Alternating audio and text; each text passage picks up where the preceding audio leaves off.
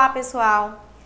Estamos dando início à nossa competência, quer dizer, vocês já deram início, a gente está mais ou menos no final da primeira parte da competência número 2 e essa é a primeira videoaula e eu queria falar um pouco mais com vocês sobre elementos fundamentais, que são os elementos conceituais do desenho, que são 4: o ponto, a linha, a superfície e o plano.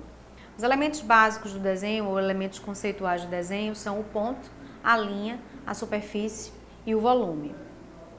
Eles são ditos elementos conceituais porque eles são conceitos, ou seja, eles não existem de fato, são abstratos, vivem no mundo das ideias.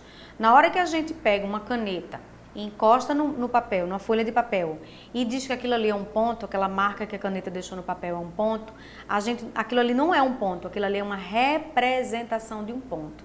Na hora que a gente desenha o ponto, a linha, a superfície e o volume, eles deixam de ser conceitos e passam a ser formas ou representações.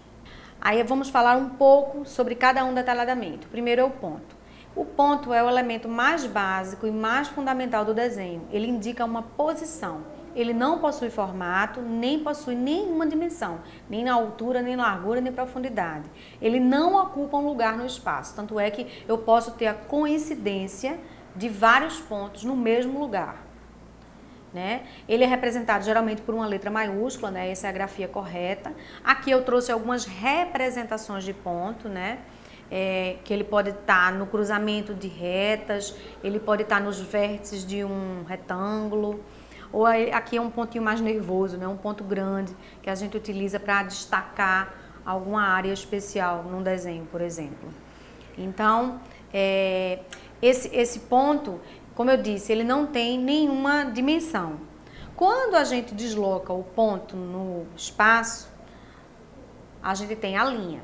A linha é o deslocamento desse ponto, que pode se deslocar em linha reta, e aí a gente teria uma reta, ou pode se deslocar fazendo movimentos curvos, movimentos orgânicos. À medida que esse ponto se move, essa trajetória marca uma linha. Então, a linha é o enfileiramento de pontos unidos. Ela possui apenas uma dimensão, que a gente chama de comprimento, que pode ser largura, altura, profundidade ou um vetor que misture os dois. Mas ela possui sempre uma posição e uma direção relativos a um referencial, como a gente vai ver mais adiante. Ela é geralmente representada por uma letra minúscula do nosso alfabeto, né?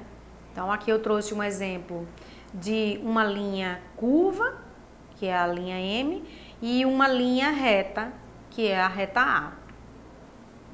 Quando a gente move essa linha, mais uma vez, no sentido aqui, ó, se eu mover essa linha no sentido que não seja o próprio sentido dela, né? Ela tem uma posição e uma direção. Se eu movê-la em outra direção, eu vou criar a ideia de uma superfície, né?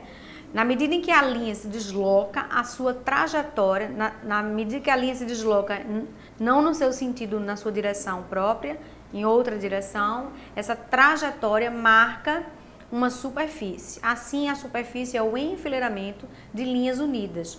As superfícies possuem apenas duas dimensões: profundidade e largura, altura e largura, dependendo da posição.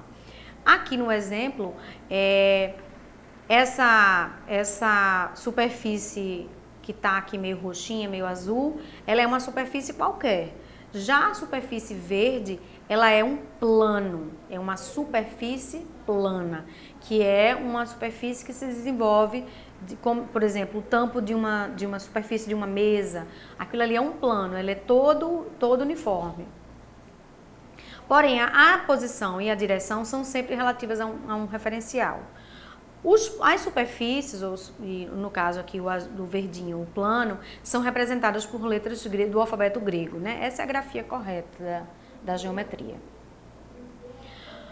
Quando a gente desloca esta superfície, e aqui propositalmente eu peguei essa superfície verdinha e desloquei ela, a trajetória dessa superfície em uma direção que não seja a sua direção intrínseca se torna o volume. Portanto, o volume tem uma posição no espaço e possui 3 dimensões: largura, altura e profundidade. O volume mais conhecido é o hexaedro, né? Que vocês conhecem também como cubo, e ele é o volume mais básico quando a gente está trabalhando com geometria, com formas.